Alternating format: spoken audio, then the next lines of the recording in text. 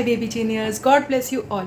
12th macroeconomics, national income and related aggregates. National income and related aggregates is a set of economic indicators that provides a comprehensive overview of economic performance of a country.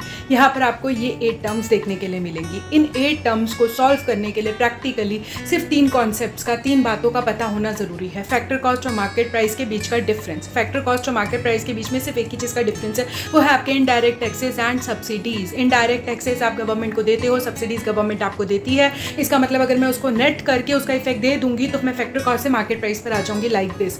दूसरी चीज़, gross से net पर जाने के लिए, gross से net पर जाने के लिए डेप्रिसिएशन इंपॉर्टेंट होता है. अगर ग्रॉस से नेट पे जाना है तो डेप्रिसिएशन लेस कर दीजिए और नेट से ग्रॉस पे जाना है तो डेप्रिसिएशन ऐड कर दीजिए.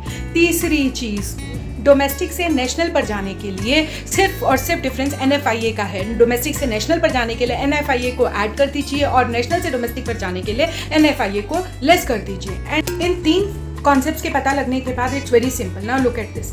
यहाँ पर अब आप किसी भी टर्म से अगर किसी टर्म को फॉलो करना चाहते हैं तो जस्ट बैक से जाइए, पीछे से देखिए. अगर MP है तो MP है, मतलब कुछ करने की ज़रूरत नहीं है. प्रोडक्ट है तो कुछ करने की ज़रूरत नहीं है. डोमेस्टिक और नेशनल का डिफरेंस है तो आपको डोमेस्टिक से नेशनल पर जाने के लिए जो करना है वो करना पड़ेगा. ग्रॉस और नेट का डिफरेंस है तो ग्रॉस और नेट पे जाने के लिए आपको जो करना है वो करना पड़ेगा. तो इस तरीके से आप इस तरीके से हर टर्म को सॉल्व कर सकते हैं.